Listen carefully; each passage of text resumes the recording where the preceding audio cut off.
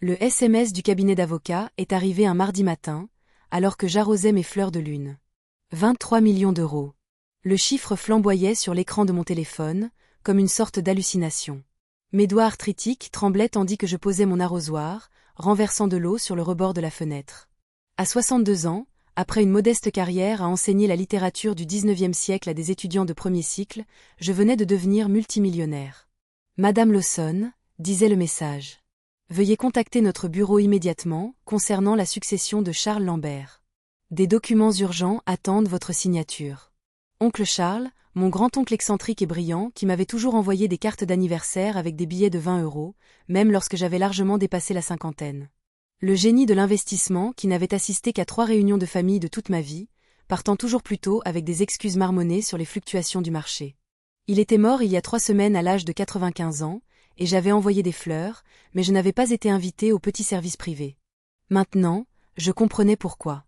Il avait planifié quelque chose de bien plus conséquent que des funérailles. Après 3 tentatives, j'ai réussi à composer le numéro avec mes mains tremblantes. Pascal Lawson. La voix de l'avocat était nette, efficace. Je suis Jonathan Mercier, l'exécuteur testamentaire de votre grand-oncle. Les documents préliminaires ont été envoyés à votre adresse électronique il y a 30 minutes. Mais avant que vous ne signiez quoi que ce soit, M. Lambert a laissé des instructions explicites selon lesquelles notre associé, Julie Bernard, devrait vous parler en privé de certaines questions sensibles. Des questions sensibles ? Ai-je répété ? Je ne suis pas autorisée à en dire plus. Mademoiselle Bernard vous contactera dans les 48 heures. D'ici là, s'il vous plaît, ne parlez à personne de votre héritage. Je l'ai remercié automatiquement, mon esprit s'emballant. Ne le dire à personne ? C'était impossible. Il y avait une personne qui devait savoir immédiatement. Clément, mon fils, mon unique enfant. Notre relation était devenue de plus en plus distante au cours de la dernière décennie. À mesure qu'il gravissait les échelons de l'entreprise au sein du prestigieux groupe Dubois, ses appels se faisaient moins fréquents, ses visites plus rares. La dernière fois que nous nous étions parlé, il y a 3 mois, il m'avait demandé un petit prêt de 5 000 € pour ce qu'il appelait une situation de trésorerie temporaire. J'avais retiré l'argent de mon modeste compte de retraite. Il n'en avait plus jamais parlé depuis. Mais ceci allait tout changer. 23 millions d'euros. Assez pour effacer toute inquiétude financière que Clément pourrait avoir. Assez pour enfin combler le fossé grandissant entre nous. Je l'ai appelé immédiatement, tombant directement sur sa messagerie vocale. Clément, c'est maman. J'ai une nouvelle extraordinaire. S'il te plaît, rappelle-moi dès que tu peux. J'ai réessayé 1 heure plus tard, puis encore une fois. En milieu d'après-midi, l'impulsivité a vaincu la prudence. J'allais conduire jusqu'à son bureau en ville, le surprendre, voir son visage quand je lui annoncerais que nos vies avaient été transformées du jour au lendemain. L'avertissement de l'avocat s'est estompé sous mon espoir désespéré que l'argent, aussi vulgaire que cela puisse paraître, pourrait enfin me ramener mon fils. La pluie a commencé alors que je m'engageais sur l'autoroute, de grosses gouttes maculant mon pare-brise. J'ai mis les essuie-glaces à pleine vitesse, me penchant légèrement en avant, plissant les yeux à travers le déluge. Mes pensées fusaient, imaginant la réaction de Clément, répétant différentes manières d'annoncer la nouvelle. Je n'ai pas remarqué le SUV noir jusqu'à ce qu'il soit directement derrière moi. Les pleins phares m'éblouissant dans mon rétroviseur. Trop près. Dangereusement près. Recule, ai-je marmonné, tapotant doucement mes freins. Au lieu de ralentir, le SUV a accéléré, heurtant mon pare-chocs arrière. Ma voiture a frémi. Mes mains se sont crispées sur le volant. Tout s'est passé si vite. Une autre secousse, plus forte cette fois. Ma berline a dérapé sur la chaussée mouillée.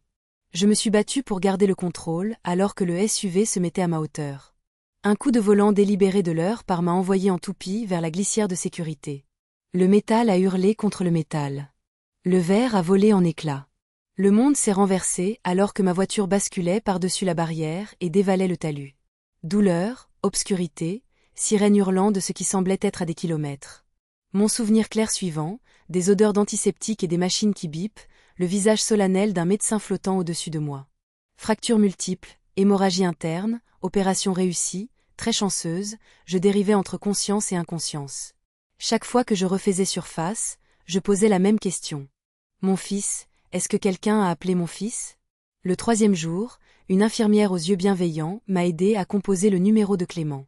Mes doigts étaient immobilisés dans des bandages, mes bras marbrés d'ecchymose. Elle a tenu le téléphone à mon oreille pendant que ça sonnait. Clément Lawson, a-t-il répondu, sa voix sèche. Professionnel. Clément, c'est maman, ai-je murmuré, ma gorge irritée par le tube respiratoire qu'il venait de retirer. J'ai eu un accident. Je suis à l'hôpital central. Le silence s'est étiré pendant 3 battements de cœur. Maman, je suis sur le point d'entrer en réunion avec le conseil d'administration. Est-ce que ça peut attendre? Je suis ici depuis 3 jours. C'était grave. Je pensais que tu devais savoir. Une autre pause. Je pouvais entendre des papiers bruire.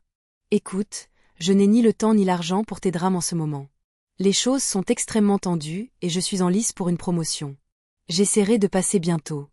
La ligne a été coupée avant que je puisse répondre. J'ai fixé le plafond pendant que l'infirmière reposait doucement le téléphone sur son socle. Elle m'a légèrement serré l'épaule, ses yeux remplis d'une pitié que je ne pouvais supporter de reconnaître. 23 millions d'euros. Et mon fils ne pouvait pas consacrer 30 minutes pour rendre visite à sa mère grièvement blessée. J'ai fermé les yeux, laissant la morphine me tirer à nouveau vers l'oubli. Dans le brouillard entre la conscience et l'obscurité, une pensée étrange a fait surface. Peut-être que ce n'était pas du tout un accident. Peut-être que les « questions sensibles » de l'oncle Charles avaient quelque chose à voir avec ma voiture qui dévalait l'autoroute quelques heures seulement après que j'ai appris mon héritage. Mais c'était de la paranoïa. Sûrement l'effet des médicaments, n'est-ce pas? 5 jours dans un hôpital vous apprennent ce qu'est l'invisibilité. Je suis devenue un bruit de fond. La patiente silencieuse de la chambre 412 dont le bouton d'appel s'allumait rarement. Le docteur Torres me rendait visite 2 fois par jour. Son front était plissé d'une inquiétude qui transcendait le devoir médical.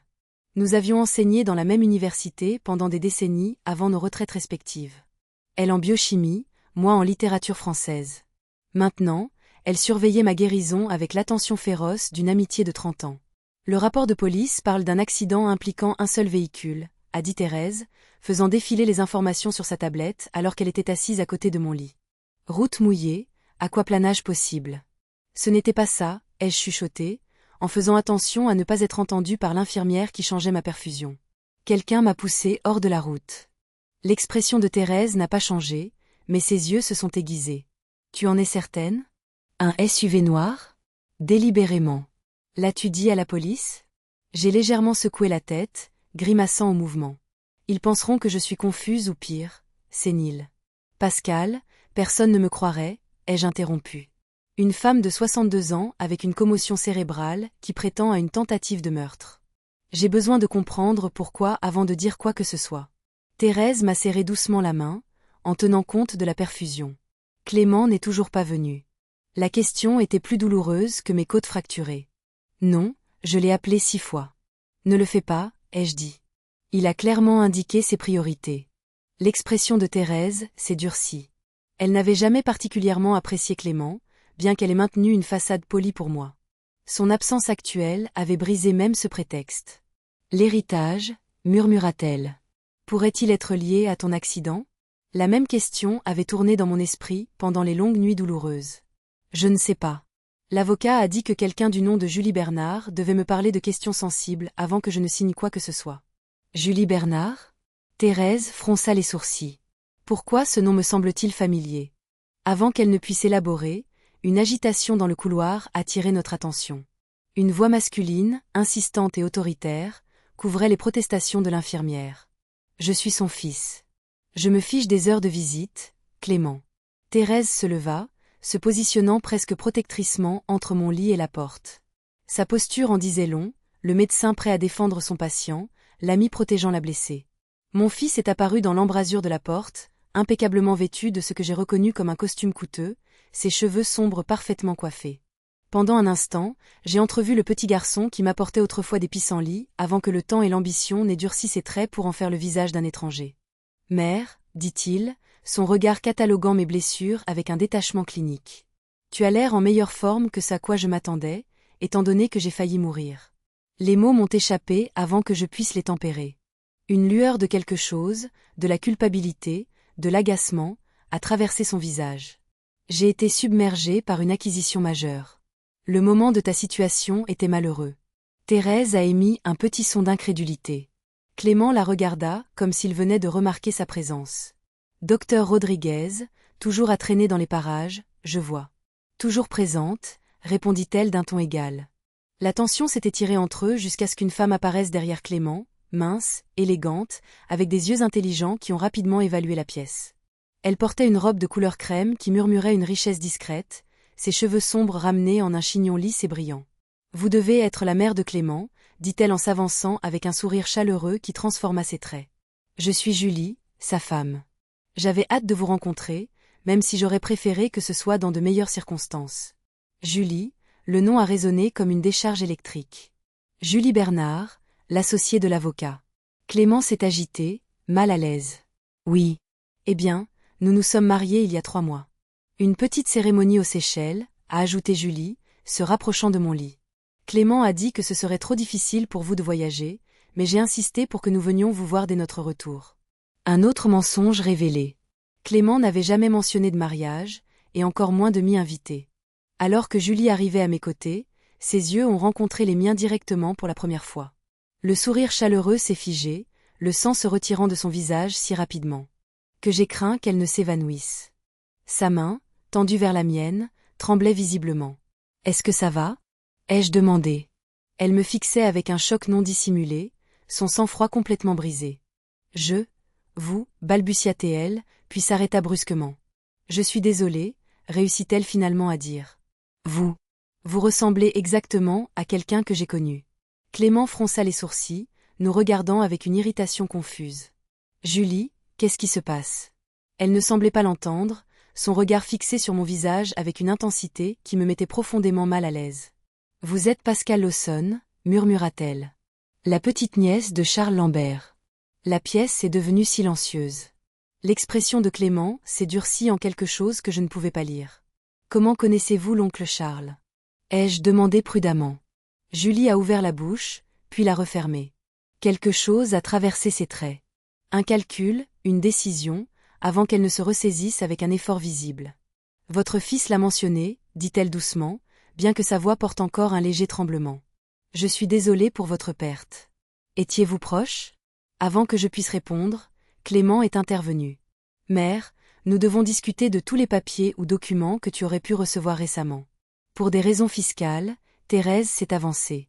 Pascal a besoin de repos, pas de discussion financière. C'est important, a insisté Clément, balayant la pièce du regard comme s'il cherchait quelque chose. Est-ce que quelqu'un t'a envoyé des documents ? T'as laissé quelque chose à signer ? Les moniteurs ont trahi mon pouls qui s'accélérait. J'ai pensé à l'avertissement de l'avocat. Ne le dire à personne. Rien. Ai-je menti, en observant attentivement le visage de mon fils. Juste des formulaires médicaux. Les yeux de Julie n'ont jamais quitté les miens. Une communication silencieuse que je ne pouvais déchiffrer passait entre nous. Nous devrions y aller, dit-elle soudainement, prenant le bras de Clément. Ta mère a besoin de repos. Nous reviendrons demain. Alors qu'il se tournait pour partir, Julie a jeté un regard en arrière, son expression maintenant délibérément neutre. Ce fut instructif de vous rencontrer, Madame Lawson. La porte s'est refermée derrière eux, ne laissant que le bip des moniteurs et le visage inquiet de Thérèse. Pascal, dit-elle doucement. Je pense que tu es en danger. Après leur départ, Thérèse a insisté pour rester la nuit dans le fauteuil à côté de mon lit. Juste par précaution, a-t-elle dit, bien que nous ayons toutes les deux compris que c'était plus que cela. Quelque chose avait changé dans ma chambre d'hôpital. Quelque chose dans la reconnaissance choquée de Julie, dans les 2 questions urgentes de Clément sur les documents. Une menace subtile avait pénétré mon sanctuaire stérile. Le sommeil est venu par fragments brisés, ponctué par les infirmières vérifiant mes constantes vitales et l'effet des analgésiques qui s'estompaient. Dans ces moments crépusculaires entre la conscience et les rêves, le visage de l'oncle Charles ne cessait d'apparaître, non pas comme le vieil homme que j'avais vu pour la dernière fois il y a des années, mais tel qu'il était dans mon enfance, le regard vif et sérieux alors qu'il me disait « Remets toujours en question ce qui semble commode, Pascal. Surtout la gentillesse de ceux qui ont tout à y gagner. » Le matin a amené un jeune policier dans ma chambre. L'agent Martin avait à peine l'air assez âgé pour conduire, encore moins pour porter un insigne, mais ses questions étaient précises et approfondies. « Vous avez signalé qu'un autre véhicule vous a intentionnellement forcé à quitter la route, » a-t-il dit, son carnet ouvert sur son genou. « Pouvez-vous le décrire à nouveau ? SUV noir, vitres teintées, pas de plaque d'immatriculation visible de mon angle. Et vous êtes certaine que le contact était délibéré ? J'ai rencontré son regard sceptique directement. Ils ont heurté mon véhicule à 3 reprises. Ce n'est pas un accident. Il a hoché la tête, écrivant quelque chose. Y a-t-il une raison pour laquelle quelqu'un voudrait vous faire du mal, Madame Lawson? La question est restée en suspens dans l'air. 23 millions de raisons ont traversé mon esprit, mais quelque chose, l'intuition peut-être, m'a retenu de mentionner l'héritage. Au lieu de cela, j'ai secoué la tête. Pas que je sache. Nous allons enquêter, a-t-il dit, fermant son carnet. La gendarmerie de l'autoroute vérifie la présence de caméras de surveillance dans cette zone. Je dois vous avertir cependant, ce tronçon particulier est notoirement peu surveillé. Comme c'est pratique, ai-je pensé, mais j'ai gardé une expression neutre. Merci, agent. Après son départ, une bénévole de l'hôpital a livré un petit arrangement de roses jaunes avec une carte de Julie. Je vous souhaite un prompt rétablissement, au plaisir de mieux vous connaître. L'écriture était élégante, contrôlée, sans aucune trace du choc qui l'avait submergée la veille. Thérèse est revenue en milieu de matinée, apportant mon ordinateur portable et mon chargeur de téléphone de la maison. J'ai pensé que tu aurais besoin de distraction, a-t-elle expliqué, en les installant sur la table de lit. Des nouvelles de Clément? Pas directement, j'ai fait un geste vers les fleurs. Sa femme les a envoyées. Thérèse a examiné la carte, son expression pensive. Julie Bernard Lawson. Je savais que ce nom me semblait familier. Elle a sorti sa tablette, tapant rapidement. Voilà. Bernard et associés, spécialisés dans les affaires de lanceurs d'alerte en entreprise et la fraude financière. Julie Bernard est leur étoile montante. La tablette affichait un site web professionnel avec la photo de Julie. Distinguée, confiante, rien à voir avec la femme qui s'était presque effondrée à mon chevet. Une avocate en fraude d'entreprise mariée à un cadre du groupe Dubois, ai-je murmuré. Combinaison intéressante. Presque contradictoire, a convenu Thérèse. Comme un garde-chasse qui épouserait un braconnier. Pendant que Thérèse sortait pour parler à mon médecin, je me suis tournée vers mon ordinateur portable. L'email de Mercier et associés trônait en bonne place dans ma boîte de réception, non ouvert. J'ai cliqué dessus avec appréhension. Les détails de l'héritage étaient simples. 23 millions d'euros en actifs diversifiés, des propriétés dans 3 régions et un paquet scellé d'effets personnels à livrer en main propre. Le document ne nécessitait que ma signature électronique pour commencer le processus de transfert. Mon curseur a survolé la ligne de signature, hésitant. L'avertissement de l'oncle Charles de mon enfance a résonné à nouveau. Remet en question ce qui semble commode. Au lieu de signer, j'ai ouvert une nouvelle fenêtre de navigateur et j'ai cherché Charles Lambert Fraude Investissement Dubois. Les résultats m'ont glacé le sang. Des blogs financiers de l'année écoulée chroniquaient l'obsession croissante de l'oncle Charles pour exposer ce qu'il appelait une corruption systématique au sein du groupe Dubois. Il les avait publiquement accusés d'exploiter un système de Ponzi complexe qui fraudait les investisseurs de milliards. L'entreprise l'avait rejeté comme un ancien associé mécontent souffrant de déclin cognitif. Le dernier article, daté de quelques jours seulement avant sa mort, mentionnait que Lambert prétendait posséder des preuves irréfutables qui feraient s'effondrer le château de cartes de Dubois. Des preuves qu'il avait apparemment l'intention de me transmettre. J'ai fermé l'ordinateur portable au retour de Thérèse, ne voulant pas qu'elle voie mes mains tremblantes ou les larmes qui menaçaient au coin de mes yeux. « Il te laisse sortir demain », a-t-elle annoncé. « Tu resteras avec moi, bien sûr. Je dois rentrer chez moi, ai-je dit fermement. Mon propre espace. Pascal, tu peux à peine marcher. Et après ce qui s'est passé. Je vais engager une aide à domicile. Je l'ai coupé doucement mais fermement. Tuant. As assez fait. Elle a reconnu l'expression têtue de ma mâchoire, la même que j'avais arborée en me battant pour ma titularisation, en élevant Clément seul après la mort de son père, en refusant une seconde mastectomie dont les médecins insistaient qu'elle n'améliorerait que marginalement mes chances de survie. Therese a supplier, capitulant. Laisse-moi au moins installer des caméras de sécurité, a-t-elle concédé. Entrée avant et arrière, ai-je convenu, le soulagement se mêlant à un sentiment croissant d'effroi. Ma vie académique tranquille s'était en quelque sorte transformée en quelque chose de dangereux, quelque chose avec des enjeux que je commençais seulement à comprendre. Mon téléphone a sonné avec un message d'un numéro inconnu. Ne signez rien. Ne faites confiance à personne qui vous interroge sur des documents. Je vous contacterai de manière sécurisée lorsque vous serez chez vous. J.B. Julie Bernard, ma belle-fille, l'avocate liée à l'oncle Charles, la femme mariée à mon fils. J'ai immédiatement effacé le message, puis j'ai levé les yeux pour trouver Thérèse, qui m'observait attentivement. « Qu'est-ce que tu ne me dis pas » demanda-t-elle doucement. « Tout va bien, ai-je menti, sachant que c'était peut-être le dernier mensonge ordinaire que je dirais jamais à ma plus vieille amie avant que les tromperies vraiment extraordinaires ne commencent. Parce qu'une chose était devenue limpide. Ce qui avait tué l'oncle Charles venait maintenant pour moi, et d'une manière ou d'une autre, mon seul fils était pris au milieu de tout ça. Le trajet de l'hôpital à la maison m'a laissé à bout de souffle de douleur. Malgré les sièges rembourrés de la berline de luxe de Thérèse, chaque bosse sur la route envoyait des ondes de choc à travers mes os en voie de guérison. Ma modeste maison de style victorien, autrefois simplement mon foyer, semblait maintenant différente. À la fois sanctuaire et piège potentiel. L'entreprise de sécurité a terminé l'installation ce matin, a dit Thérèse, m'aidant à monter les marches du Porsche avec mon déambulateur. Des caméras à tous les points d'entrée, des détecteurs de mouvement, une ligne directe avec la police. C'est excessif, ai-je protesté faiblement, bien que secrètement reconnaissante. C'est nécessaire, a-t-elle répliqué en déverrouillant ma porte d'entrée.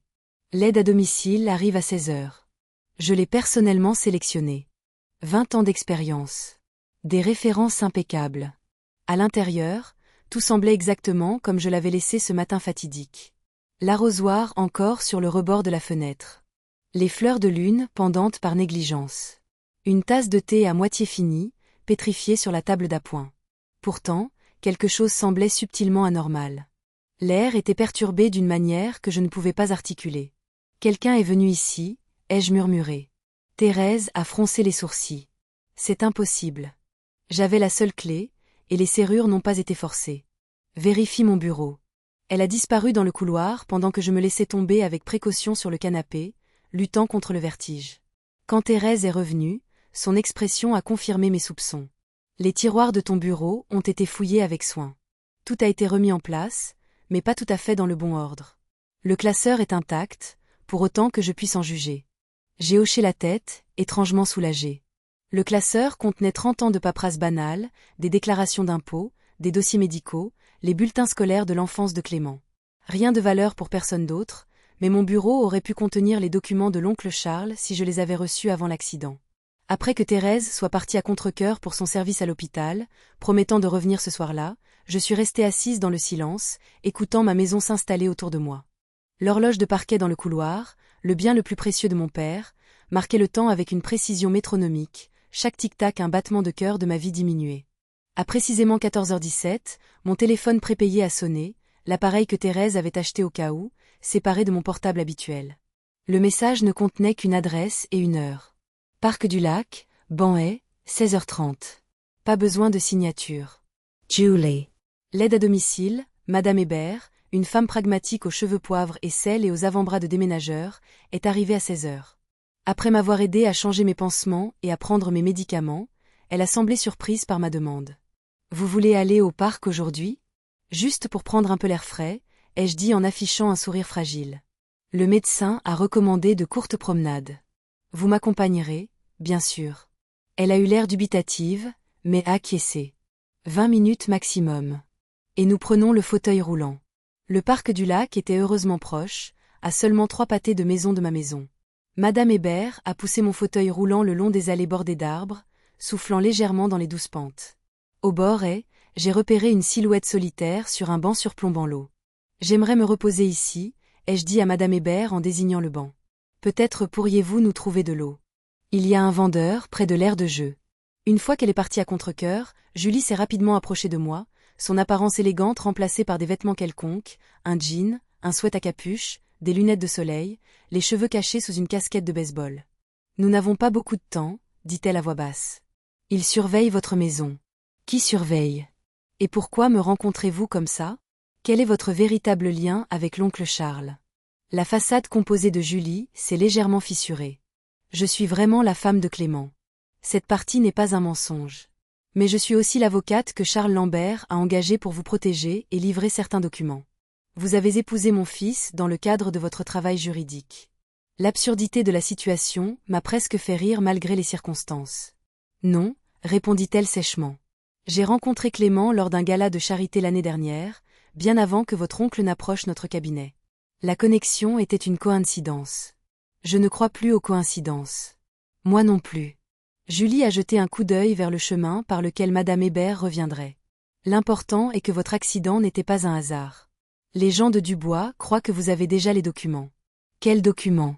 Que contiennent-ils? Des preuves de fraude systématique au plus haut niveau du groupe Dubois. Votre oncle a passé des années à les compiler. Des états financiers falsifiés, des comptes offshore, des actifs manipulés, Tout ce qu'il faut pour prouver qu'il dirige un système de Ponzi sophistiqué qui vaut des milliards. Je me suis sentie soudainement écrasée, et pas seulement à cause de mes blessures. Et Clément, est-il impliqué? La douleur a traversé les traits de Julie. C'est compliqué.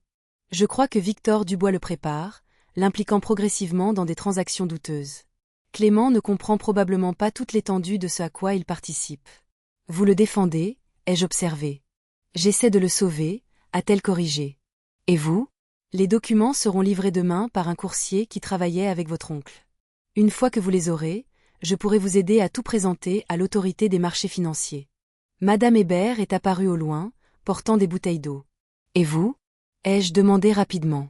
Cela ne va-t-il pas exposer votre lien avec l'affaire? Oui, dit simplement Julie. Ma carrière au cabinet sera terminée. Mon mariage aussi, très probablement. Alors pourquoi? Parce que c'est la bonne chose à faire, elle s'est levée, ajustant sa casquette. Et parce que j'ai fini par tenir à Clément, malgré tout, il mérite une chance de réparer ça. Alors qu'elle s'éloignait, se fondant sans heurts dans un groupe de joggeurs, Madame Hébert est revenue, fronçant les sourcils avec méfiance. Qui était-ce? Juste une autre passionnée d'ornithologie. Ai-je menti, en regardant vers le lac, où un héron se tenait immobile dans les bas-fonds, patient et vigilant, attendant le moment parfait pour frapper. Le sommeil m'a échappé cette nuit-là, malgré les analgésiques. Madame Hébert ronflait doucement depuis la chambre d'amis, sa présence à la fois rassurante et contraignante. Je suis restée éveillée, cataloguant mentalement les révélations impossibles de la semaine passée. 23 millions d'euros. Une tentative délibérée sur ma vie. Mon fils potentiellement impliqué dans des crimes financiers et sa femme, une femme que je n'avais jamais rencontrée jusqu'à il y a quelques jours, travaillant secrètement pour me protéger. Ma vie avait-elle toujours contenu ces graines d'intrigue, dormantes jusqu'à la mort de mon oncle, ou avais-je simplement été si absorbée par ma tranquille existence académique que je n'avais pas remarqué la corruption qui encerclait mon unique enfant? L'aube a apporté une pluie fine et incolore qui striait les fenêtres de ma chambre. Madame Hébert m'a aidé à me laver et à m'habiller. Son efficacité était à la fois réconfortante et quelque peu déshumanisante. À 10 heures, j'étais installée dans mon fauteuil de lecture près de la baie vitrée, faisant semblant de lire Balzac tout en observant la rue à travers la vitre floutée par la pluie. À 11h17 précise, un camion de livraison s'est arrêté devant ma maison. Le chauffeur, jeune et barbu, portant un uniforme de coursier standard, s'est approché avec un colis de taille moyenne. Madame Hébert a ouvert la porte, a signé pour la livraison et m'a apporté le paquet. De Mercier et Associés, a-t-elle noté en lisant l'étiquette de retour avant de le poser à côté de moi. Mon cœur s'est emballé. Les documents de l'oncle Charles. J'ai gardé une expression neutre, la remerciant avant de suggérer qu'elle prépare le déjeuner. Une fois seule, j'ai examiné le paquet sans l'ouvrir. Plus lourd que prévu, scellé professionnellement. Quel secret contenait-il qui valait la peine de tuer? Je l'ai caché sous un plaid juste au moment où mon téléphone sonnait. Clément. Mère, j'ai besoin de te voir aujourd'hui. Sa voix avait une pointe inhabituelle, une peur déguisée en urgence. Je suis assez fatiguée, Clément. Le médecin recommande un minimum de visites. C'est important, il a baissé la voix. C'est à propos de l'oncle Charles. Un frisson m'a parcouru malgré la chaleur de mon pull. Qu'y a-t-il à son sujet? Pas au téléphone. Je serai là à 14h. La ligne a été coupée avant que je puisse répondre. J'ai jeté un coup d'œil au paquet caché, puis à l'horloge. 2 heures pour examiner les preuves explosives que l'oncle Charles avait rassemblées avant l'arrivée de Clément. Mais d'abord, j'avais besoin d'intimité. Quand Madame Hébert a apporté ma soupe et mes médicaments, j'ai fait semblant de prendre les analgésiques, puis je les ai discrètement retirés de ma bouche après son départ. J'avais besoin de clarté, pas de sédation. 30 minutes plus tard, j'ai appelé d'une voix faible. « Madame Hébert, pourriez-vous aller me chercher mon gilet dans le placard de la chambre, le bleu? J'ai un peu froid. » Dès qu'elle a disparu dans le couloir, j'ai rapidement transféré le paquet dans l'espace creux à l'intérieur de l'horloge de parquet de mon père. J'avais juste repris ma position quand elle est revenue, le gilet à la main. « Merci, ai-je dit, feignant la somnolence. Je crois que je vais faire une sieste maintenant. Ces pilules me rendent si somnolente. » Elle a hoché la tête d'un air approbateur. « Je serai dans la cuisine. Appelez si vous avez besoin de quoi que ce soit. » J'ai fermé les yeux, écoutant ses pas s'éloigner, puis j'ai compté jusqu'à 300 avant de me lever prudemment. Le trajet jusqu'à l'horloge a nécessité un effort atroce, sans mon déambulateur. Chaque pas envoyait des secousses de douleur à travers mes côtes en voie de guérison. Une fois là, j'ai récupéré le paquet et j'ai fait mon chemin pénible jusqu'à la salle de bain, la seule pièce où l'intimité était garantie. À l'intérieur, j'ai verrouillé la porte et je me suis assise sur le couvercle fermé des toilettes, les mains tremblantes en ouvrant le paquet. Il contenait une enveloppe Kraft scellée et une enveloppe personnelle plus petite avec mon nom écrit de la main distinctive de l'oncle Charles. J'ai ouvert la lettre personnelle en premier. Ma chère Pascale, si tu lis ceci, je suis partie et tu fais face à un danger dont j'avais espéré te protéger. À l'intérieur de l'enveloppe scellée se trouvent des preuves d'activité criminelle au sein du groupe Dubois s'étalant sur 2 décennies. Ces informations vont briser des vies, y compris peut-être celle de ton fils. Pour cela, je suis profondément désolée. Clément a été délibérément recruté par Victor Dubois après que j'ai commencé mon enquête. Je crois que Victor le destinait à la fois comme moyen de pression et comme distraction. Ton fils est peut-être impliqué dans des activités illégales, mais je soupçonne qu'il ne comprend pas la véritable étendue de la fraude. Fais confiance à Julie Bernard. Elle est l'une des rares avocates ayant à la fois l'expertise et l'intégrité pour gérer cela correctement. La décision de la marche à suivre te revient maintenant. Ton oncle qui t'aime, Charles. J'ai pressé la lettre contre ma poitrine, les yeux brûlants de larmes non versées. L'oncle Charles avait su pour l'implication de Clément, mais m'avait quand même confié ce dilemme moral. L'enveloppe Kraft scellée semblait incroyablement lourde dans mes mains. La boîte de Pandore emballée dans des fournitures de bureau. Avant que je puisse l'ouvrir, quelqu'un a frappé à la porte de la salle de bain. Madame Lawson, appelez Madame Hébert. Est-ce que tout va bien? Vous êtes là depuis un bon moment. Juste un instant, ai-je appelé, remettant à la hâte tout dans l'emballage extérieur. Quand je suis sortie, m'appuyant lourdement sur le comptoir, l'expression inquiète de Madame Hébert a subtilement changé lorsqu'elle a remarqué le paquet maladroitement coincé sous mon bras. Laissez-moi vous aider avec ça, dit-elle en tendant la main. Je l'ai serré plus fort. Pas la peine. Ce sont juste de vieilles photos que je veux montrer à Clément plus tard. Quelque chose a vacillé dans ses yeux. Le doute, la suspicion, avant que son attitude professionnelle ne reprenne le dessus. Votre fils a appelé. Il est en avance. Il devrait être là dans 20 minutes. Alors qu'elle m'aidait à regagner mon fauteuil, mon esprit s'emballait. Avais-je imaginé sa réaction? Étais-je en train de devenir paranoïaque, voyant des conspirations là où il n'y avait qu'une inquiétude ordinaire?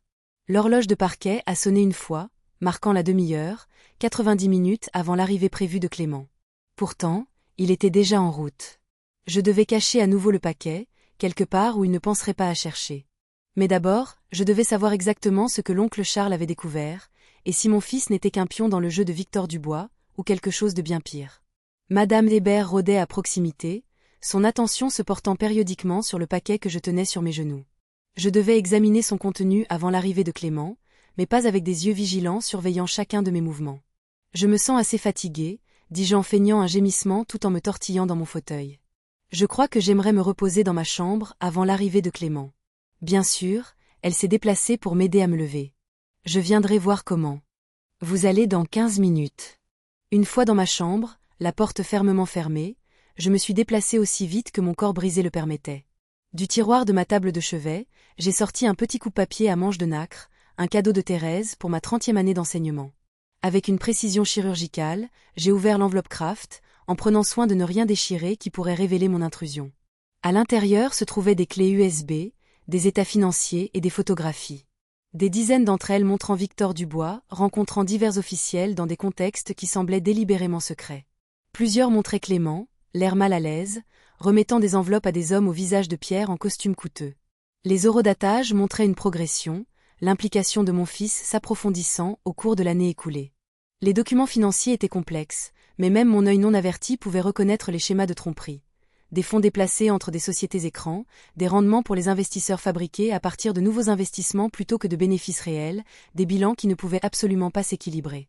Le plus accablant était une série de courriels entre Victor et Clément discutant de ce qu'ils appelaient des « divulgations contrôlées » et une « gestion narrative » concernant les finances de Dubois. Dans l'un d'eux, Victor félicitait Clément pour avoir géré « nos amis de la commission de régulation » et mentionnait un « package de compensation spéciale » pour sa discrétion. Mon fils n'était pas simplement impliqué. Il était complice. Les mains tremblantes, j'ai tout rassemblé, le remettant exactement comme je l'avais trouvé. De ma boîte à bijoux, j'ai retiré une petite clé qui ouvrait le compartiment secret de ma coiffeuse antique. Un espace où j'avais autrefois conservé les lettres d'amour du père de Clément, puis plus tard les résultats douloureux de la mammographie que j'avais initialement cachés à mon fils adolescent. Maintenant, il contiendrait les preuves de ses crimes. Le compartiment s'est ouvert avec un déclic juste au moment où une portière de voiture a claqué sous ma fenêtre. J'ai regardé à travers les rideaux pour voir non pas la berline allemande élégante de Clément, mais un SUV noir tournant au ralenti sur le trottoir. Le même type de véhicule qui m'avait forcé à quitter la route. Mon souffle s'est coupé. À travers les vitres teintées, je pouvais distinguer un chauffeur et un passager, tous deux observant ma maison. Quand le rideau de ma chambre a bougé, le passager a pointé directement ma fenêtre. Pas le temps pour la finesse. J'ai poussé le paquet dans le compartiment, les refermé, et je venais de replacer le faux fond de la coiffeuse quand Madame Hébert a frappé. « Votre fils est là », a-t-elle annoncé à travers la porte. Et il a amené un monsieur avec lui. Victor Dubois. Ce ne pouvait être que lui. Dites-leur que j'arrive tout de suite, ai-je appelé, luttant pour garder ma voix stable. Dans la salle de bain, je me suis aspergé le visage d'eau froide, évaluant mon reflet. Les ecchymoses s'étaient estompées en taches jaunâtres, mais la peur avait gravé de nouvelles rides autour de mes yeux. Je ressemblais exactement à ce que j'étais, une femme battue dans la soixantaine, bien dépassée par un jeu dangereux. Mais j'avais déjà affronté l'intimidation. La politique universitaire pouvait être étonnamment vicieuse, surtout pour une femme directrice de département dans les années 1990. J'ai redressé mon gilet, appliqué une touche de rouge à lèvres et pris 3 profondes inspirations.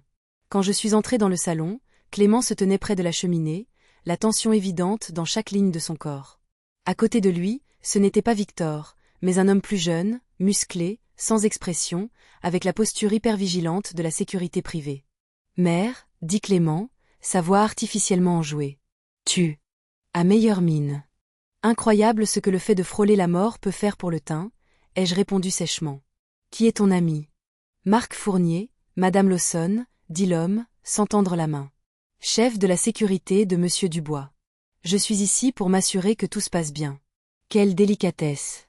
Je me suis assise avec précaution dans mon fauteuil de lecture. Et qu'est-ce que nous nous assurons qui se passe bien, exactement, Clément? Mon fils a jeté un coup d'œil à Fournier, qui a fait un signe de tête presque imperceptible. Nous devons discuter de l'oncle Charles, a commencé Clément, arpentant nerveusement la pièce. Il t'a peut-être envoyé des documents qui pourraient être mal interprétés. Mal interprétés? Ai-je répété. Choix de mots intéressants. Le vieil homme était devenu confus, est intervenu Fournier, paranoïaque, lançant des accusations folles contre des institutions financières respectées, y compris votre employeur. Clément a cessé de marcher. Mère, c'est sérieux. Si Charles t'a envoyé des documents, ils pourraient contenir des informations confidentielles qui, sorties de leur contexte, pourraient sembler préoccupantes. Assez préoccupantes pour pousser quelqu'un hors de la route? Ai-je demandé doucement. L'expression de Fournier n'a pas changé, mais quelque chose de froid a vacillé dans ses yeux. Clément semblait véritablement choqué. De quoi parles-tu? Quelqu'un m'a délibérément poussé hors de l'autoroute le jour où j'ai appris mon héritage. J'ai soutenu son regard fermement. Un SUV noir comme celui qui est actuellement garé devant ma maison. Le visage de Clément a perdu toute couleur. Il s'est tourné vers Fournier. Tu as dit que c'était un accident. La mâchoire de Fournier s'est contractée de manière presque imperceptible. Le rapport de police a confirmé l'aquaplanage, monsieur. Parce que c'est ce qu'on leur a dit, ai-je répliqué. Pas de témoins, pas de caméra sur ce tronçon. Pratique, vous ne trouvez pas? Madame Hébert est apparue dans l'embrasure de la porte. Tout va bien, Madame Lawson. Vous semblez angoissée. Tout va bien, les jeux assurés, bien que j'ai remarqué qu'elle gardait son téléphone visiblement en main, prête à appeler à l'aide si nécessaire. Clément s'est effondré sur le canapé, passant ses mains dans ses cheveux, un geste si réminisce de son enfance que mon cœur s'est serré malgré tout. Mère, s'il te plaît, si l'oncle Charles t'a envoyé quoi que ce soit, donne-le-moi, pour ta propre sécurité. Ma sécurité, ai-je répété. C'est une préoccupation maintenant? Ça l'a toujours été, a dit Fournier doucement. Monsieur Lambert se faisait des ennemis puissants. Des ennemis qui pourraient supposer que sa plus proche parente a hérité de plus que de son argent. La menace, bien que voilée, flottait dans l'air entre nous. Clément ne croisait plus mon regard, son attention fixée sur ses chaussures coûteuses. Mon fils avait peur, non pas pour moi, mais de ce qui pourrait arriver si je ne coopérais pas. Clément, ai-je dit doucement. Nous devons parler seuls. Fournier s'est avancé. Ce n'est pas conseillé. Ce n'était pas une suggestion, ai-je répondu, de l'acier entrant dans ma voix. Soit vous nous laissez parler en privé, soit j'appelle la police et je signale des personnes suspectes sur ma propriété. À vous de choisir. Le visage de Fournier s'est durci en un masque de colère à peine contenu. Un instant, j'ai cru qu'il allait refuser ou pire. Puis Clément m'a surpris. Attends dans la voiture, Marc. Sa voix portait une autorité que je n'avais jamais entendue auparavant. C'est ma mère. J'ai besoin de 15 minutes. L'homme de la sécurité a hésité, clairement en conflit entre ses ordres et la chaîne de commandement. Finalement, il a hoché la tête sèchement. 15 minutes, puis nous procédons comme prévu. Alors que Fournier partait, Madame Hébert est entrée dans le vide de sa présence. Dois-je apporter du thé?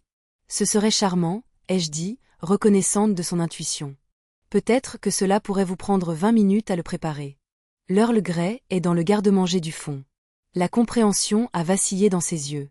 Elle n'était pas seulement une aide à domicile. Elle devenait une alliée. Bien sûr, Madame Lawson. 20 minutes minimum pour une bonne infusion. Quand nous avons enfin été seuls, Clément a semblé physiquement rétrécir, la façade corporative s'effondrant pour révéler le garçon que j'avais élevé. Il a enfoui son visage dans ses mains. Tu n'as aucune idée de ce dans quoi tu es impliqué, a-t-il murmuré. Alors dis-moi, ai-je dit, en gardant ma voix douce malgré la tempête d'émotions, la colère, la déception, la peur qui bouillonnait sous mon extérieur calme. Dis-moi comment mon fils s'est retrouvé mêlé à des gens qui essaieraient de tuer sa mère. Sa tête s'est redressée brusquement. Je ne savais rien pour l'accident. Je le jure devant Dieu, mère. Victor m'a dit que tu étais surveillée, pas blessée. Surveillée, ai-je répété. À cause de ce que l'oncle Charles aurait pu m'envoyer. Clément a hoché la tête misérablement. Tu dois comprendre, Dubois n'est pas juste une entreprise. C'est une institution. Victor contrôle des juges, des régulateurs, des politiciens. Quand ton oncle a commencé à lancer des accusations, Victor a dit qu'il s'en occuperait légalement. Je n'aurais jamais imaginé qu'il aurait recours au meurtre. Ai-je terminé doucement? D'un vieil homme, de moi. Les larmes ont monté aux yeux de Clément. Je suis trop impliqué. Au début, il s'agissait juste de mettre Victor en contact avec les bonnes personnes, d'aider à aplanir les obstacles réglementaires. Puis des documents ont eu besoin d'ajustements, de petits changements pour satisfaire les auditeurs. La fraude. Je me suis dit que c'était juste de la comptabilité créative, a-t-il poursuivi, la voix creuse. Le temps que je réalise ce qui se passait vraiment, j'étais déjà impliqué. Si Dubois tombe, je vais en prison. Et Julie, c'est elle ce que tu as fait? Un rire amer lui a échappé. Julie? Mon Dieu, c'est un autre cauchemar. Elle m'a épousé en croyant que j'étais juste un autre employé de bureau. Quand elle réalisera à quoi j'ai participé, elle partira, après avoir aidé à me poursuivre en justice. Tu l'aimes, ai-je observé, voyant une douleur sincère dans son expression. C'est la meilleure chose qui me soit jamais arrivée, a-t-il admis. Et j'ai tout gâché, avec tout le reste. L'horloge de parquet a sonné doucement, marquant notre temps qui s'amenuisait. Dehors, Fournier devait s'impatienter, peut-être déjà en train de contempler sa prochaine action. Clément, qu'est-ce que Victor s'attend à ce que tu trouves ici? Il a de nouveau passé une main dans ses cheveux, une habitude nerveuse de son enfance. Les documents de l'oncle Charles. Victor est convaincu qu'ils contiennent tout. Numéro de compte, registre de transaction, nom, date, assez pour détruire Dubois et tous ceux qui y sont liés. Y compris toi. Clément a hoché la tête, la misère gravée sur chaque ligne de son visage. Si ces documents deviennent publics, des centaines de personnes perdent leur emploi, des milliers perdent leurs investissements, et je vais en prison fédérale pour au moins une décennie. Il a levé les yeux, suppliant. Mère, je ne suis pas une bonne personne. J'ai fait des choix terribles, mais je ne suis pas un tueur. Je ne savais pas ce que Victor prévoyait pour toi ou pour l'oncle Charles. J'ai étudié mon fils, le garçon à qui j'avais appris à lire, à faire du vélo, à danser pour son bal de fin d'année. L'homme qui était devenu de plus en plus distant en gravissant les échelons de l'entreprise, qui avait pris de l'argent de mon modeste compte de retraite sans une seconde pensée, qui avait balayé mon accident avec une indifférence cruelle, et maintenant la silhouette brisée devant moi, confrontée enfin aux conséquences d'années de compromis moral. Que se passe-t-il si tu retournes voir Victor les mains vides? Là. Peur a traversé ses traits. Au mieux, je deviens le bouc émissaire. Au pire, j'ai un malheureux accident moi-même. L'horloge tournait sans relâche. Dehors, Fournier devait vérifier sa montre. Madame Hébert nous donnait autant de temps qu'elle pouvait raisonnablement étirer, mais bientôt notre intimité prendrait fin.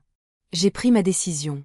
Écoute attentivement, ai-je dit en me penchant en avant malgré la douleur dans mes côtes. J'ai les documents de l'oncle Charles, mais je ne les donnerai pas à Victor. Mère, tu ne comprends pas de quoi il est capable. Mieux que tu ne le penses, ai-je interrompu. Mais il y a une autre solution. Julie a un plan pour tout porter devant l'autorité des marchés financiers. Clément est resté absolument immobile. Julie, de quoi parles-tu? Ta femme travaillait avec l'oncle Charles avant de te rencontrer. Elle est spécialiste des affaires de lanceur d'alerte. Le sang a quitté son visage. Ce n'est pas possible. Elle me l'a dit elle-même. Elle veut t'aider, Clément. Elle croit que tu peux encore réparer ça. Il s'est levé brusquement, arpentant la pièce en cercle serré comme un animal en cage. Pendant tout ce temps, toute notre relation n'était qu'un intérêt professionnel, un moyen d'atteindre du bois. Non, ai-je dit fermement. Elle t'a rencontré avant que Charles n'approche son cabinet, mais maintenant elle est prise entre ses obligations professionnelles et ses sentiments pour toi. La colère, la trahison et la confusion se lisaient sur son visage. Pourquoi devrais-je croire quoi que ce soit de tout ça? Pour ce que j'en sais, tu essaies de me manipuler. Parce que je suis ta mère, ai-je dit simplement. Et malgré tout, je t'aime encore. Tu as un choix à faire maintenant, Clément.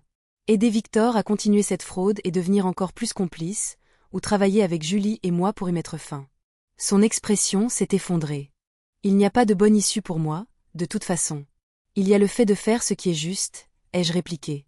Quelque chose que ton père aurait attendu de toi. À la mention de son père, Clément a visiblement tressailli.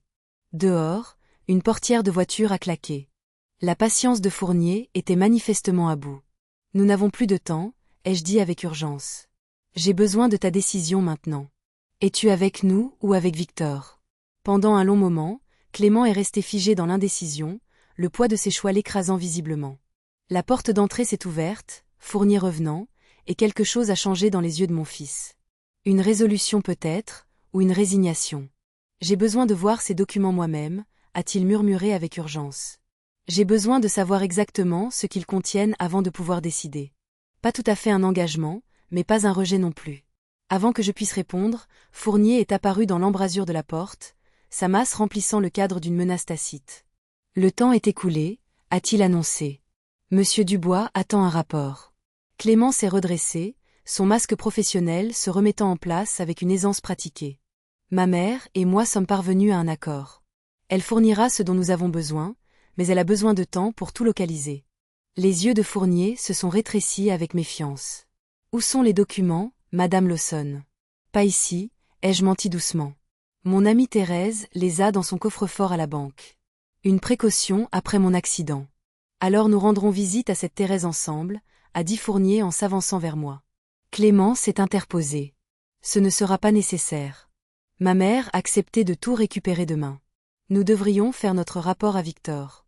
Il s'est tourné vers moi avec une performance de sollicitude filiale. Mère, tu devrais te reposer maintenant. Je reviendrai demain matin pour m'occuper de ça. Le sous-entendu était clair. Il avait besoin de temps pour réfléchir, pour digérer les révélations sur Julie, pour décider où se situait réellement sa loyauté.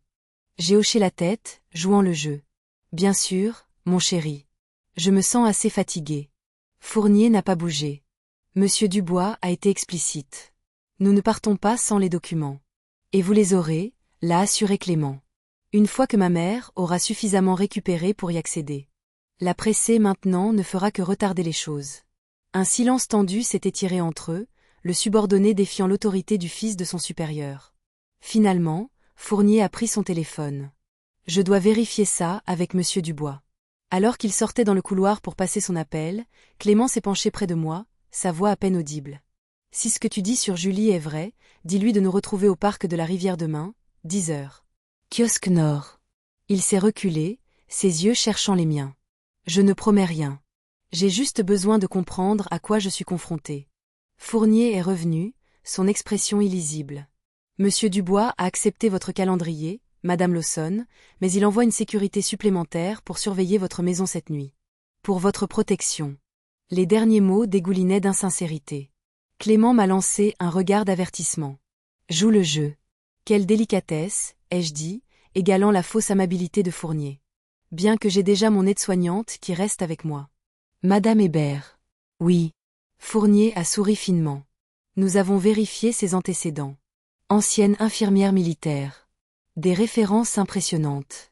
La révélation désinvolte qu'ils avaient enquêté sur ma prestataire de soins m'a glacé.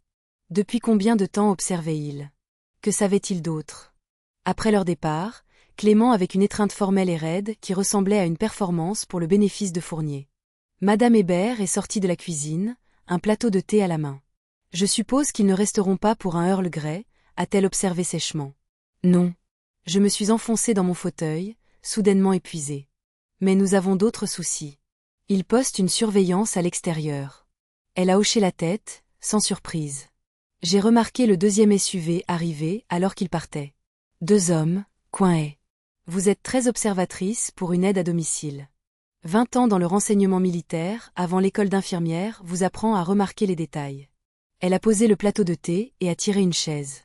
Maintenant, voulez-vous me dire ce qui se passe vraiment, professeur Lawson? Parce que cet homme qui vient de partir n'est pas là pour votre bien-être médical. Je l'ai étudié attentivement. Pourquoi devrais-je vous faire confiance? Parce que le docteur Torres m'a personnellement choisi sur une liste très courte de personnes à qui elle confierait sa vie. Et parce que j'ai observé cet homme de la sécurité évaluer les points d'entrée de votre maison comme s'il planifiait une intrusion, pas une protection. L'heure de la décision. J'avais besoin d'alliés. Et le jugement de Thérèse ne m'avait jamais fait défaut. Je dois d'abord passer un appel. Ai-je dit. Quand Thérèse a confirmé que Madame Hébert, appelez-moi Hélène, s'il vous plaît, était bien une ancienne officier du renseignement militaire qui s'était reconvertie en infirmière après qu'une blessure au dos ait mis fin à sa carrière sur le terrain, j'ai fait mon choix. Je dois contacter Julie Lawson immédiatement, sans que personne à l'extérieur ne le sache. Ensuite, je dois retirer quelque chose de ma coiffeuse, sans être observée par les fenêtres. Hélène n'a pas bronché. Donnez-moi 15 minutes pour créer une diversion. Quand vous entendrez du bruit dehors, agissez vite. Elle a disparu dans la chambre d'amis, en ressortant avec un petit sac de sport que je n'avais pas vu auparavant. Elle en a extrait ce qui ressemblait à des fusées de détresse standard. Des fumigènes, a-t-elle expliqué. Non toxiques, mais très convaincants. Les hommes dehors devront enquêter quand ils sembleront provenir de votre garage. Pendant qu'elle se préparait, j'ai appelé Julie avec le téléphone prépayé, relayant le message de Clément sur le parc de la rivière. S'est-il engagé à nous aider? A demandé Julie, l'espoir évident dans sa voix. Pas explicitement, mais il est prêt à écouter. Il est au courant de votre lien avec l'oncle Charles maintenant. Une inspiration brusque. Comment a-t-il réagi? Blessé, confus, trahi. J'ai hésité. Il vous aime, Julie. Ça, c'est sincère. Elle est restée silencieuse un moment. Je n'ai jamais eu l'intention de tomber amoureuse de lui, a-t-elle finalement dit. Ça a compliqué les choses. L'amour le fait souvent. J'ai jeté un coup d'œil vers la fenêtre où Hélène surveillait nos gardiens non désirés. Pouvez-vous amener des représentants de l'AMF à la réunion demain? Quelqu'un qui peut offrir un accord à Clément en échange de son témoignage contre Victor? Possiblement.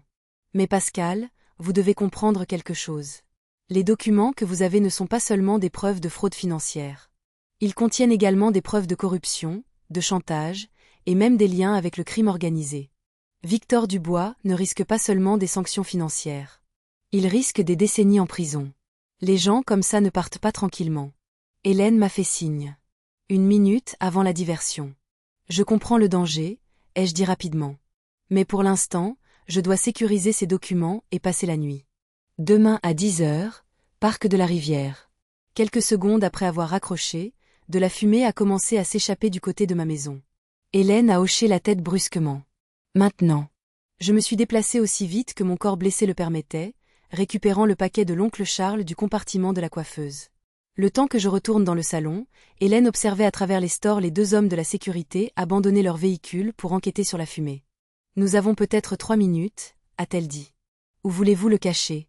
Pas ici, ai-je décidé. Ils fouilleront la maison dès que nous partirons demain. Nous devons le sortir maintenant. Hélène a rapidement évalué le paquet. Quelle est sa valeur? 23 millions d'euros et de multiples poursuites fédérales. Elle a hoché la tête une fois, son efficacité militaire reprenant le dessus.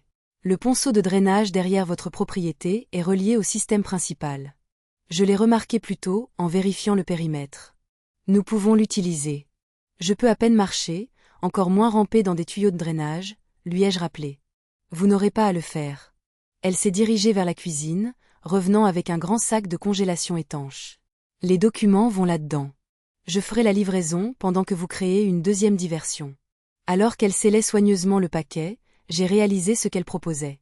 Vous me laissez seule avec eux dehors? Seulement brièvement. Ces hommes sont concentrés sur le fait de vous empêcher de partir, pas de me suivre. Je sortirai par la fenêtre de votre salle de bain, ferai le dépôt, et reviendrai avant qu'ils ne réalisent que j'étais partie. Elle m'a tendu un téléphone portable. Si quelque chose arrive, appelez ce numéro. Il est directement connecté au docteur Torres et au service d'urgence simultanément. Les hommes de la sécurité reviendraient bientôt, leur patience pour les diversions de fumée étant limitée. À qui devrions-nous envoyer les documents? Julie. Hélène a secoué la tête. Trop risqué. S'il surveille votre fils, il surveille sa femme. Elle a réfléchi un instant. Le docteur Torres a un neveu dans la police. Inspecteur, division du crime organisé. Le paquet lui est destiné. J'ai écrit le nom et le numéro de matricule du neveu de Thérèse sur le sac étanche, ainsi qu'une brève note expliquant que le contenu était la preuve de crimes financiers liés à mon récent accident. Alors qu'Hélène se préparait à partir, je lui ai attrapé le poignet. Merci, ai-je dit simplement, de m'avoir cru. Un fantôme de sourire a effleuré ses lèvres. D'après mon expérience, les professeurs de littérature fabriquent rarement des conspirations d'entreprise. Elle a regardé par la fenêtre. Les hommes reviennent. Faites du bruit dans les pièces de devant. Agissez comme si vous étiez frustré par la fumée. Je serai de retour dans 20 minutes. Après qu'elle se soit éclipsée, j'ai traîné des pieds jusqu'à la porte d'entrée, me plaignant d'une voie irritable de câblage défectueux et de garages anciens pour le bénéfice de quiconque écoutait. Par la fenêtre, je pouvais voir les hommes de la sécurité reprendre leur position, maintenant plus alertes qu'auparavant. L'un d'eux parlait dans sa radio, rapportant l'incident à quelqu'un de plus haut placé, je suppose. Les minutes s'écoulaient avec une lenteur atroce. J'ai fait semblant de vérifier les dégâts causés par la fumée, me déplaçant entre les fenêtres où je pouvais être vue, maintenant l'illusion que Hélène et moi restions concentrés sur les soucis domestiques. 18 minutes plus tard, je comptais chaque seconde, Hélène est réapparue dans le couloir aussi silencieusement qu'elle avait disparu. Paquet livré au point de rendez-vous, a-t-elle rapporté tranquillement. Le neveu du docteur, Torres, le récupérera dans l'heure. Et maintenant nous nous préparons pour demain. Elle a tiré les rideaux. Ils s'attendront à ce que vous quittiez la maison pour récupérer les documents dans le coffre-fort de votre ami. Nous devons faire en sorte que cela paraisse légitime. Nous avons passé l'heure suivante à construire un récit plausible. Des appels téléphoniques à Thérèse sur haut-parleur, assez forts pour être entendus, arrangeant un rendez-vous à sa banque le lendemain matin. Hélène vérifiait périodiquement la surveillance à l'extérieur, notant les changements de garde et identifiant les angles morts dans leur couverture. À la tombée de la nuit, un texto inattendu est arrivé sur mon téléphone prépayé. Changement de circonstances. Victor est au courant pour moi. J'ai dû quitter la maison. Je loge à l'hôtel du port sous mon nom de jeune fille. Rendez-vous maintenu demain. J'ai amené quelqu'un qui peut aider Clément. Julie a été compromise. Ai-je dit à Hélène. Victor sait qu'elle travaillait avec l'oncle Charles. L'expression d'Hélène s'est tendue. Cela augmente considérablement le risque pour demain. Si Dubois est assez désespéré pour exposer sa source interne, il se prépare à éliminer tous les témoins gênants. Mon fils y compris. Elle n'a pas répondu directement, ce qui était une réponse suffisante. Reposez-vous un peu, a-t-elle dit à la place. Je prends le premier tour de garde. Le sommeil s'est avéré insaisissable malgré mon épuisement et les analgésiques. Vers minuit, les lumières de sécurité dans mon jardin se sont soudainement allumées. Hélène s'est matérialisée à la porte de ma chambre. Quelqu'un teste le périmètre, a-t-elle murmuré. Restez baissée. Elle a disparu dans l'obscurité du couloir. Quelques minutes plus tard, elle est revenue. Fausse alerte. Un raton laveur a déclenché les détecteurs de mouvement. Mais quelque chose dans son expression suggérait que ce n'était pas tout à fait aussi innocent. Qu'est-ce que tu ne me dis pas? Elle a hésité, puis s'est assise sur le bord de mon lit. Il y a maintenant 4 hommes dehors, pas 2. Et ils sont armés avec plus que du matériel de sécurité standard. Ils se préparent à me prendre de force, ai-je réalisé. Possiblement. Ou ils s'attendent à des problèmes de main et augmentent la sécurité en conséquence. Elle a vérifié sa montre. Quoi qu'il en soit, nous devons ajuster notre plan. J'ai contacté le docteur Torres. Elle nous rejoindra directement au parc de la rivière plutôt qu'à sa banque. Et les documents sont déjà avec son neveu. Il organise une protection pour vous après la réunion de demain. L'implication s'est installée. Lourdement entre nous. Après-demain, je ne retournerai peut-être jamais dans cette maison, à cette vie. Tout changerait irrévocablement. Mon fils ira-t-il en prison? Ai-je demandé doucement. Le détachement professionnel d'Hélène s'est momentanément adouci.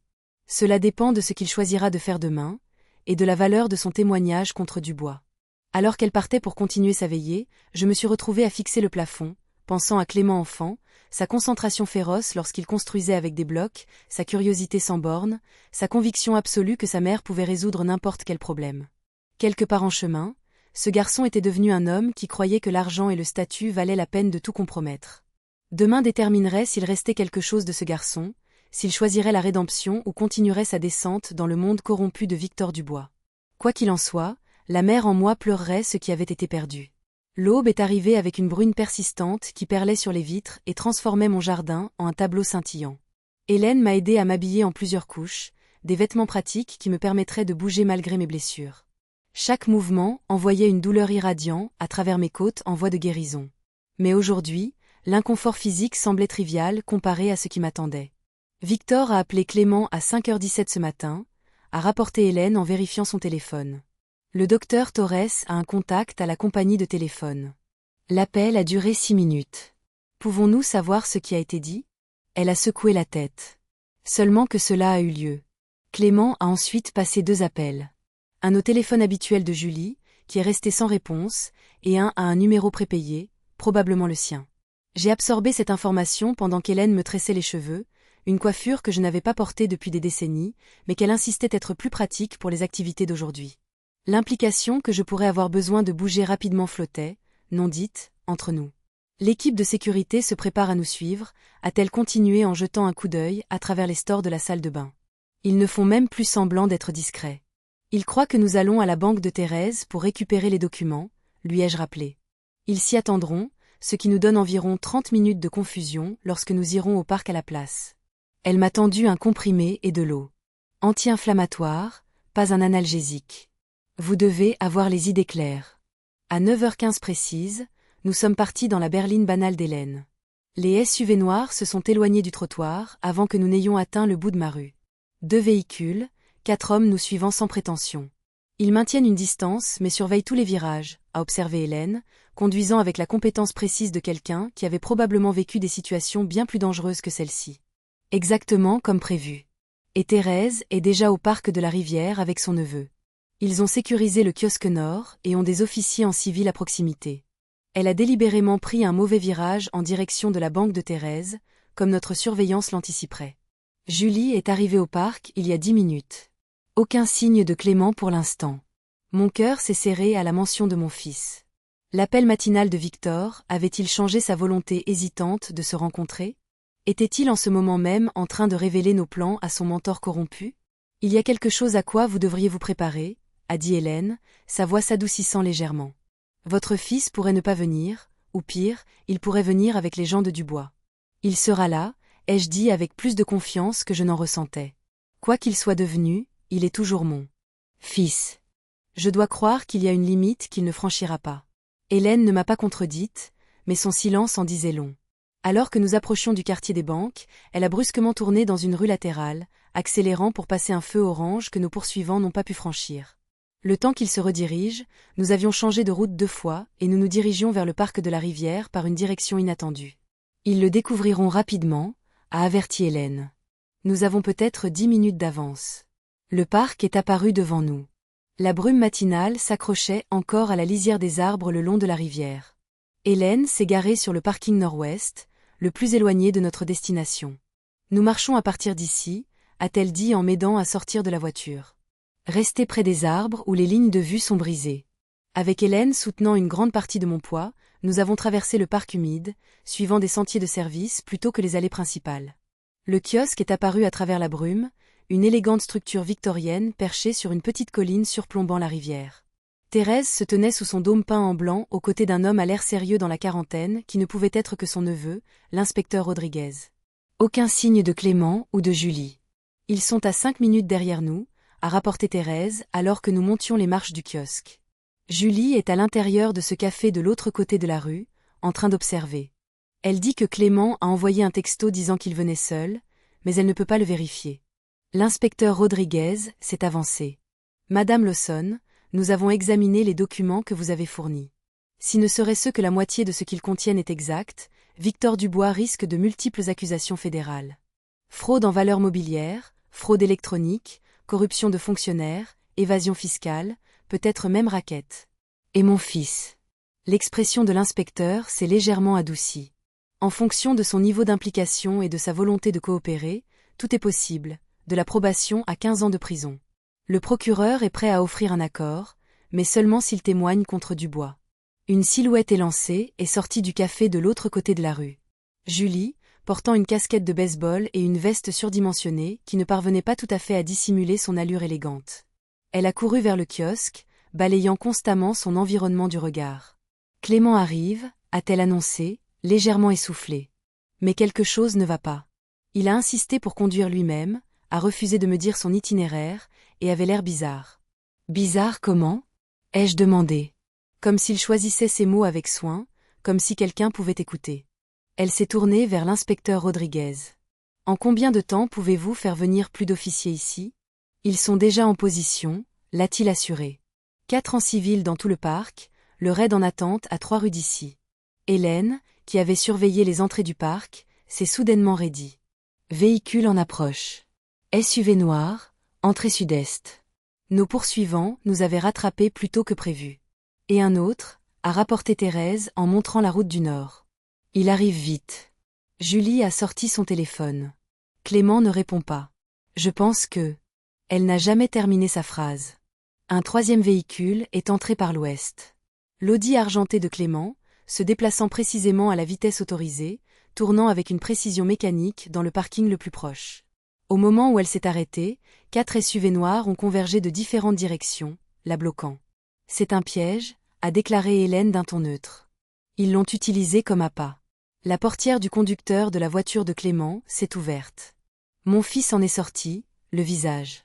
Un masque de résignation et de désespoir. Victor Dubois est sorti d'un des SUV, posant une main paternelle sur l'épaule de Clément. Même à cette distance, je pouvais voir le triomphe froid dans la posture du vieil homme. Ils ont mon fils, ai-je murmuré.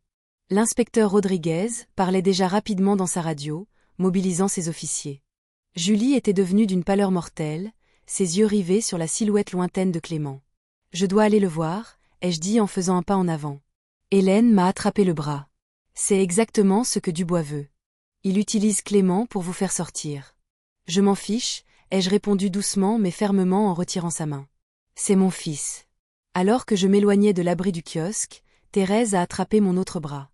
Pascal, non. C'est trop dangereux. J'ai déjà affronté des hommes dangereux, ai-je dit, pensant aux politiques de département académique qui avaient autrefois menacé ma carrière, à ma bataille contre le cancer, à l'éducation d'un fils seul après la mort de mon mari. Rien ne se comparait à ce moment, mais le principe restait le même. La peur ne devait pas dicter mes choix. Laisse-moi au moins venir avec toi, a plaidé Julie en se plaçant à mes côtés. L'inspecteur Rodriguez a parlé rapidement dans sa radio avant de s'adresser à nous. Madame Lawson, Madame Bernard, si vous insistez pour approcher, mes officiers vous couvriront, mais je vous conseille vivement d'attendre l'arrivée du raid. Chaque minute que nous attendons donne à Victor plus de contrôle sur mon fils, ai-je répondu. Vous avez les documents. Faites ce que vous devez faire avec, mais je vais voir Clément maintenant. Hélène a évalué la situation avec un détachement professionnel. Ils ont positionné des hommes à toutes les sorties du parc. Ils n'ont pas l'intention que quiconque parte avant d'avoir ce qu'ils veulent, c'est-à-dire les documents, certainement, mais aussi l'élimination des témoins gênants. Ses yeux ont rencontré les miens directement. Vous, Julie, et peut-être même Clément à ce stade. J'ai hoché la tête, comprenant parfaitement les enjeux. Alors nous ne leur laissons pas le temps de mettre en œuvre le plan qu'ils ont élaboré. Sans attendre d'autres discussions, j'ai commencé à marcher vers mon fils, Julie à mes côtés. Derrière nous, j'ai entendu l'inspecteur Rodriguez se coordonner avec son équipe, Thérèse plaidant pour une intervention plus immédiate, Hélène offrant des conseils tactiques, mais mon attention s'était rétrécie à la silhouette lointaine de Clément, se tenant rigidement à côté de Victor Dubois comme un otage lors d'une exécution. En nous approchant, je pouvais voir Victor plus clairement, un homme grand et distingué dans la soixantaine, avec des cheveux argentés et la posture assurée de quelqu'un habitué à exercer le pouvoir. Sa main restait sur l'épaule de Clément dans ce qui pourrait apparaître aux observateurs occasionnels comme un geste avonculaire, mais que j'ai immédiatement reconnu comme une contrainte. « Mère, arrête !» a appelé Clément lorsque nous étions à une vingtaine de mètres. « Retourne-toi. » Victor a souri finement. « Madame Lawson, enfin. Et Madame Bernard, quelle commodité de vous avoir toutes les deux parmi nous. » Fournier et 2 autres hommes de la sécurité se sont déplacés pour nous flanquer, coupant efficacement toute retraite. Julie s'est tendue à côté de moi, mais j'ai maintenu mon pas régulier jusqu'à ce que nous nous tenions à quelques pieds de Clément et Victor. Lâchez mon fils, ai-je dit doucement. Votre fils travaille pour moi, a répondu Victor, son ton agréable, mais teinté d'acier. Et il a été exceptionnellement précieux, bien que parfois mal avisé dans ses loyautés. Clément ne croisait pas mon regard. Son visage était pâle, la mâchoire serrée de ce qui pouvait être de la peur ou de la colère, ou les deux. Nous avons un simple échange à proposer, a poursuivi Victor. Vous remettez toutes les copies des documents de Charles Lambert, vous signez un accord de non-divulgation complet, et tout le monde s'en va intact. Vous gardez votre héritage. Clément garde sa carrière. Madame Bernard garde sa licence d'avocate. Et si je refuse? Ai-je demandé, bien que nous connaissions tous la réponse. Le sourire de Victor n'a pas vacillé. Alors les choses deviennent inutilement compliquées. Votre accident a démontré à quel point le monde peut être dangereux pour une femme de votre âge. Julie s'est avancée, son attitude professionnelle s'affirmant. Ces documents sont déjà entre les mains des autorités fédérales, Monsieur Dubois. Fraude en valeurs mobilières, fraude électronique, corruption. Les preuves sont exhaustives. Quelque chose de dangereux a vacillé dans les yeux de Victor. Alors il n'y a aucune raison de ne pas me donner vos copies également, n'est-ce pas? Sauf si vous bluffez. Je ne bluffe pas, ai-je dit, et mon oncle non plus. La main de Victor s'est resserrée sur l'épaule de Clément. Votre oncle était un vieil homme délirant avec une vendetta. Et malheureusement, l'instabilité mentale semble être de famille.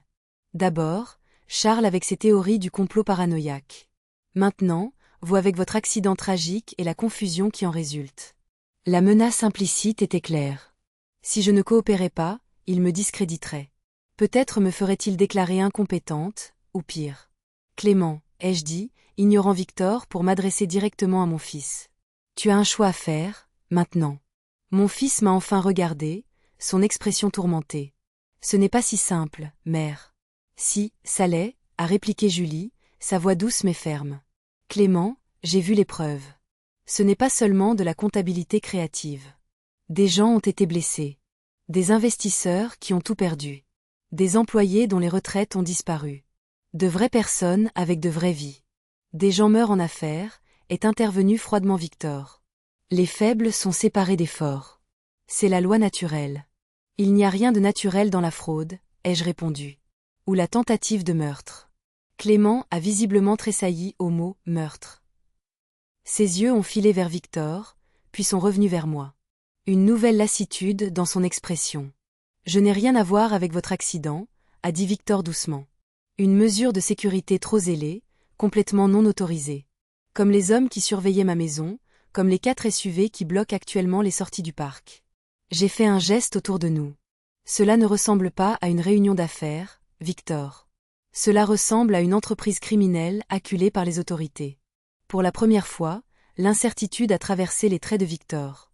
Son regard a balayé le parc, remarquant peut-être pour la première fois les joggeurs occasionnels qui se déplaçaient avec trop de détermination, les agents d'entretien qui prêtaient trop d'attention à notre confrontation. Clément, a dit sèchement Victor. Il est temps de démontrer ta loyauté. Dis à ta mère et à ta femme de coopérer ou d'en subir les conséquences. Mon fils est resté immobile, pris entre le mentor qui avait façonné son identité professionnelle et la mère qui l'avait élevé, la femme qu'il avait aimée malgré ses défauts. Que dirait papa s'il pouvait te voir maintenant? Ai-je demandé doucement, invoquant le souvenir de l'homme qui avait appris à Clément à faire du vélo, à tenir tête aux brutes, à faire ce qui était juste, même quand c'était difficile.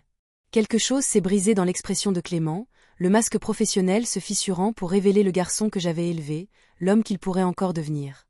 Je ne peux plus faire ça, a-t-il murmuré, puis plus fort. Je ne peux plus faire ça. Il s'est éloigné de l'emprise de Victor. C'est fini. J'arrête. Le visage de Victor s'est transformé.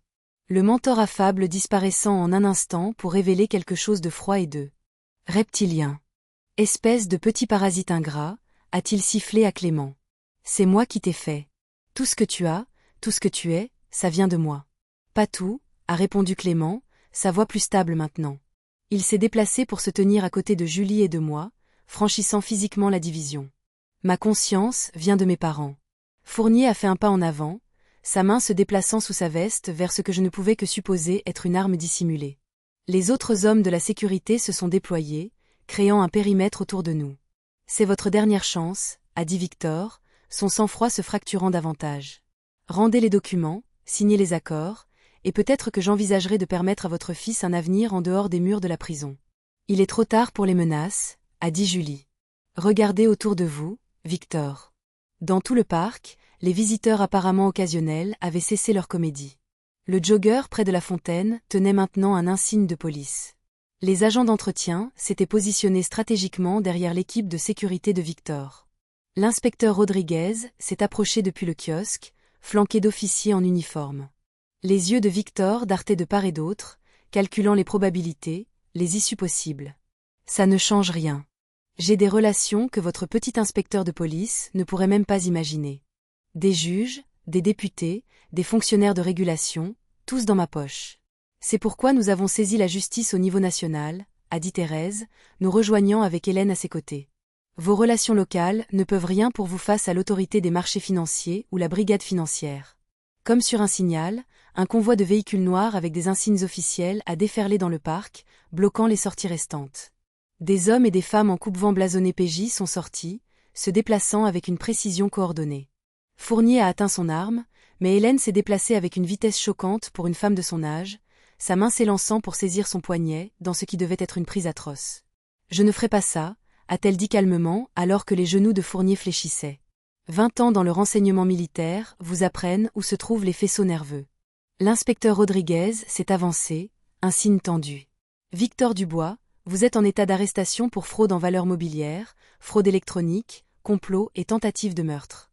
Vous avez le droit de garder le silence. » La récitation méthodique de la notification des droits a semblé enfin pénétrer l'armure d'invincibilité de Victor. Ses épaules se sont affaissées de manière infinitésimale. Pas une reddition, mais la reconnaissance que cette bataille, au moins, était perdue. Pendant que les agents sécurisaient la scène, menottant Victor et son équipe de sécurité, Clément s'est tourné vers moi. Ses yeux contenaient un mélange de honte, de regret, et quelque chose que je n'avais pas vu depuis des années. La vulnérabilité de mon fils cherchant l'approbation de sa mère. « Je suis désolé, a-t-il dit simplement. Pour tout. Je sais, ai-je répondu en prenant sa main. Qu'est-ce qui se passe maintenant? Julie s'est approchée, son attitude professionnelle adoucie par un soulagement évident. Clément a accepté de témoigner contre Victor et toute l'opération Dubois. En échange, le procureur propose une peine réduite. Réduite comment? Ai-je demandé, ayant besoin de comprendre exactement ce que mon fils risquait. 18 mois dans un établissement à sécurité minimale, a répondu Clément avant que Julie ne le puisse, suivi de 3 ans de mise à l'épreuve. Les chiffres m'ont frappé comme des coups physiques. 18 mois. Mon fils passerait 1 an et demi en prison. Pourtant, considérant l'alternative, les décennies derrière les barreaux qu'il aurait pu encourir sans coopération, cela représentait une miséricorde. Quand? Ma voix s'est brisée sur la seule syllabe. Après le procès, a expliqué doucement Julie, ce qui pourrait prendre 1 an avant de commencer. Clément restera en résidence, surveillé jusque-là. L'inspecteur Rodriguez s'est approché, me saluant respectueusement avant de s'adresser à Clément. Monsieur Lawson, les agents ont besoin de prendre votre déposition préliminaire maintenant. Clément a serré ma main une fois avant de la lâcher. Je dois faire ça, a-t-il dit plus à lui-même qu'à moi. Puis, les épaules droites, il s'est dirigé vers les agents qui attendaient. Il s'en sortira, m'a assuré Julie en le regardant partir. Le procureur a dit que sa coopération est extraordinairement précieuse. Ils honoreront l'accord. J'ai hoché la tête, incapable de parler au-delà du nœud dans ma gorge. La victoire et la perte étaient devenues si enchevêtrées que je ne pouvais les séparer. Hélène s'est matérialisée à mes côtés avec un fauteuil roulant. Vous devriez vous asseoir, Madame Lawson. Votre corps a subi assez de traumatismes aujourd'hui. Alors que je m'enfonçais avec reconnaissance dans le fauteuil, Thérèse a glissé une couverture sur mes jambes contre le froid matinal. C'est fini, Pascal, a-t-elle dit doucement. Tu l'as fait. Charles serait fier. J'ai regardé Victor être conduit vers un véhicule en attente, son allure impérieuse incongrue avec les menottes qui liaient ses poignets. Nos regards se sont croisés brièvement à distance. Dans son regard, je n'ai pas vu la défaite, mais une promesse froide de représailles. Un homme calculant ses prochains coups, alors même que son jeu actuel s'effondrait autour de lui. Ce n'est pas fini, ai-je murmuré. Pas complètement. Julie a suivi mon regard et a hoché la tête sombrement. Les hommes comme Victor Dubois ne se rendent pas facilement, mais il fait face à de multiples accusations avec des preuves accablantes et des témoins coopératifs. Même ces relations ne peuvent pas faire disparaître ça. Alors que nous retournions vers le parking, j'ai jeté un coup d'œil au kiosque où tout avait culminé. En seulement 10 jours, ma vie s'était complètement transformée. Héritage, accident, trahison, et maintenant cette fragile résolution. Que feras-tu? A demandé Thérèse alors qu'Hélène m'aidait à monter dans la voiture. Après le procès, je veux dire. J'ai réfléchi à la question, regardant par la fenêtre Clément parler avec les agents, Julie à ses côtés. L'avenir de mon fils inclurait la prison, la disgrâce publique, la ruine professionnelle. Et pourtant, il se tenait plus droit maintenant qu'il ne l'avait fait à côté de Victor, comme si le poids de la tromperie avait été plus lourd que le fardeau des conséquences ne le serait. J'utiliserai l'argent de l'oncle Charles comme il l'aurait voulu, ai-je dit finalement. Une fondation pour l'éducation et l'éthique en affaires. Quelque chose de bien devrait sortir de tout ça. Et Clément? A demandé doucement Thérèse. J'ai pensé à mon fils enfant, déterminé, brillant, compatissant, avant que le monde ne lui apprenne à valoriser d'autres choses. Ce garçon était toujours là, sous les couches de compromis et d'ambition. Il devra se reconstruire, ai-je dit. Et je serai là pour l'aider. C'est ce que font les mères. En quittant le parc de la rivière, laissant les agents traiter la scène, j'ai ressenti une curieuse légèreté. Malgré mes blessures, malgré les défis à venir, la vérité, aussi douloureuse soit-elle, avait enfin émergé à la lumière, et dans cette lumière, la guérison pouvait commencer. Pour Clément, pour Julie, pour moi.